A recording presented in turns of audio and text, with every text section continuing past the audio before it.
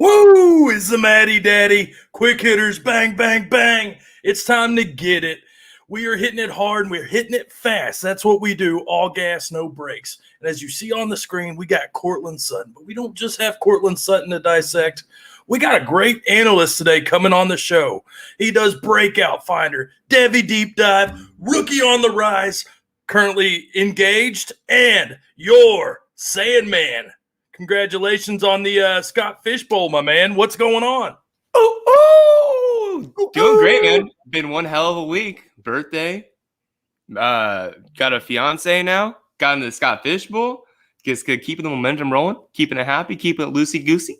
Can't wait to talk about Mr. Sutton. I'm happy about it, man. Dude, is it Adele? This girl is on fire. I think, Courtland Sutton, let's get straight to the business. This is a receiver full of upside, full of gaga, just somebody everybody's had in their back pocket for the last couple years. Obviously, last year didn't go so well, so kind of fill us in on Courtland Sutton so far. Yeah, so Courtland Sutton coming into year 4 of his contract, which means he's going to be a free agent potentially in 2022 unless the Broncos lock him up. He had his breakout season in 2019, which is his sophomore season, where he crested 1,000 yards. He was on track to have another big year in 2020. Unfortunately, he had that gruesome ACL injury week 2, so he only had one game.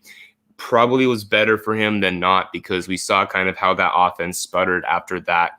Drew Lock just doesn't necessarily have the intangibles to make it work. Like he's fun and he's got it, but like Judy did good as a rookie, but so Sutton's coming into a situation where he's got Noah Fant, Jerry Jeudy, KJ Hamler, Melvin Gordon, newly addition of Javonte Williams, and so Sutton is gonna have to kind of work out a target share for him overall. I'm excited about Sutton though, man. He's cheap, he's fun, he's easy. I think what you brought up is a 5-win team, dude. This was a dog shit team last year. Defense wasn't good, which can be good for fantasy. Lock wasn't good, which can be terrible for fantasy. So we kind of have our fingers crossed. Like I said, not a good team, but there is optimization upside here. So take a look at this offense. Kind of tell me about these guys and why the ceiling's pointed up. Yeah, so when we're looking at this overall, right, we left off Teddy Bridgewater just because it's such a pretty graphic. You can only fit so many names in, you know what I'm saying? And there's already some hype coming out for the OTAs, some of Teddy Bridgewater looking kind of targeting Jerry Jeudy a little bit more, Drew Lock looking good as well. So honestly, with all this, you have to look at the macro effect, right? So you have to expect that Courtland Sutton's going to be more of that X guy. That guy is going down the field. He's going to be a red zone threat, going to be getting those larger chunk plays, going to have not necessarily a load of black, but a little less of yak, right?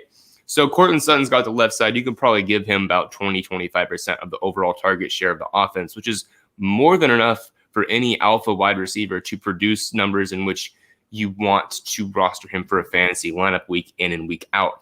Jerry Jeudy last year had 800 yards receiving, had a ridiculous amount of unrealized air yards, just a stupid amount.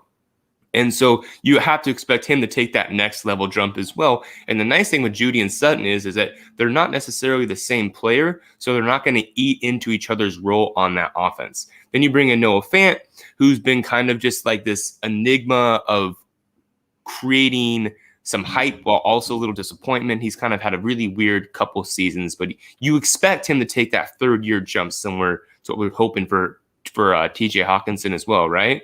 And then the running backs, Melvin Gordon, he's getting up there in age, but now he's got a younger, more spry running back, so you have to expect that Gordon's going to get a little target share. So the nice thing here, as you brought up, is 5-win team. Their defense is really... They added to it quite a bit. They added Patrick Surtain in the 10th pick overall, or 9th pick overall, instead of going for Justin Fields, which obviously hurts my soul. But you have to expect that they're going to have a ridiculous amount of passing volume just because that offense isn't good enough to keep up with any good NFL team, and they're in a really good division with the Chargers, with the Chiefs, and with the Raiders, who always played the Broncos really, really well. So there's 6 games right there where they're going to be passing a load. I like Sutton's opportunity this year, man. I think it's going to be something that's going to be really interesting. The nice part is that people aren't that high on him. Like we have a really short memory here, so you can get Sutton for a reasonable price and not feel like you have to take a absorbent amount of risk on a player that may not pan out on a slightly more loaded offense. Well, and there's always that chance that Mr. Rogers makes Denver his neighborhood. So that's a big move right there. It's still early, so let's talk. Dude, you're the rookie on the rise guy. You have your pulse, finger, whatever, all over Devy, all over rookies.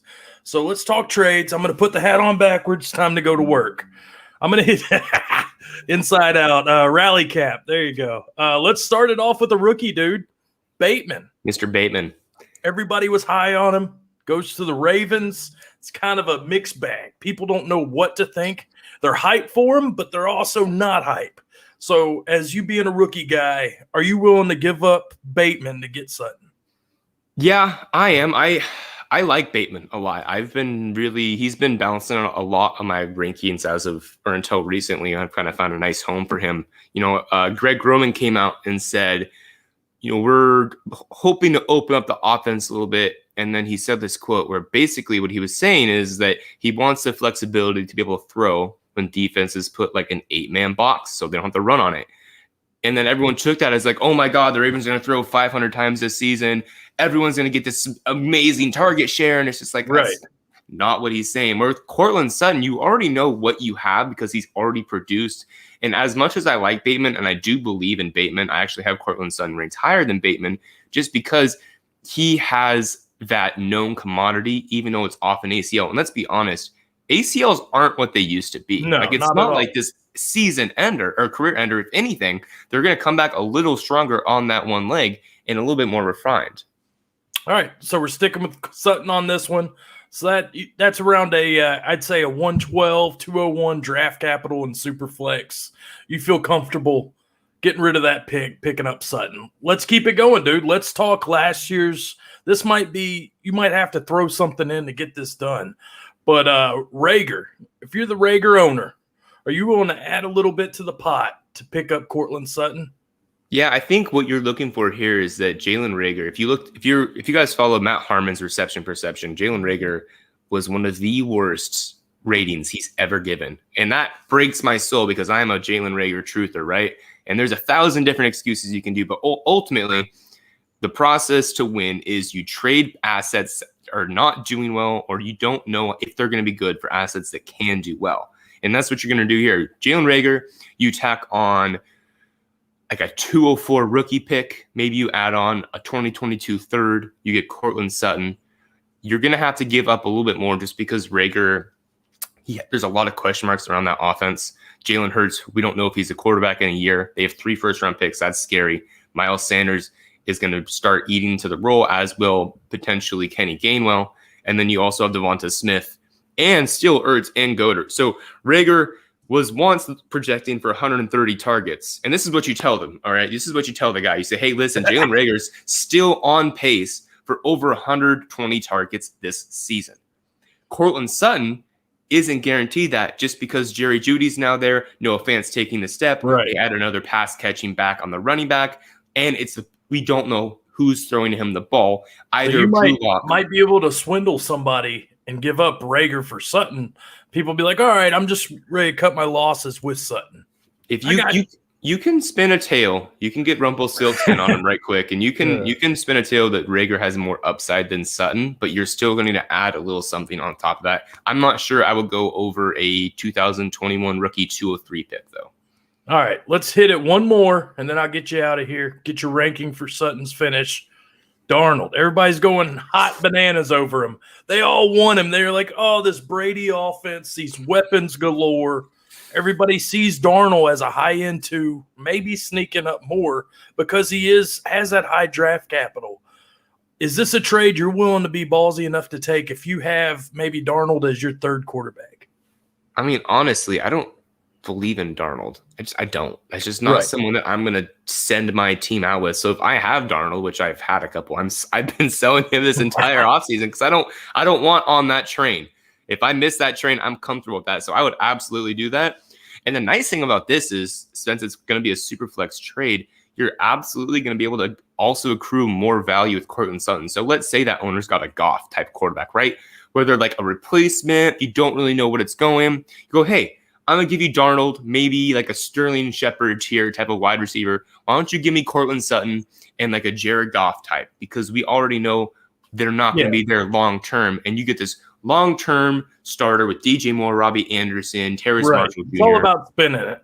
All about spinning. So I would absolutely make that deal, but I would ask for more from the Courtland Sutton side. All right, well, let's finish it off, man. We've heard that basically Sutton is the cream and he's about to rise. So give me a realistic, let's say without Rodgers, let's just say locks here. The hype of Rodgers doesn't happen. Where are we rating Sutton as a year finish?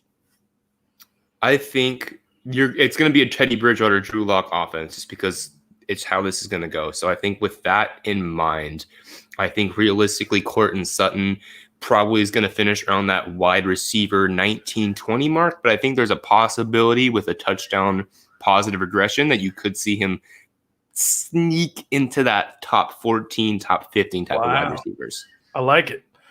So you're looking at wide receiver 2 value. You're probably paying a wide receiver value right now. To me, what I just took in that Sutton is a hot buy. Hot buy. Dude, Sandy, you're doing it all. Like I said, congratulations. You are a true grinder. We appreciate you here at the Fantasy Football Affair. Happy to come on. Appreciate you, Air 5. Let's get it. Till next time. See you, buddy. Quick hitters, the Sandman, the Matty Daddy. It's been a pleasure, my treasure.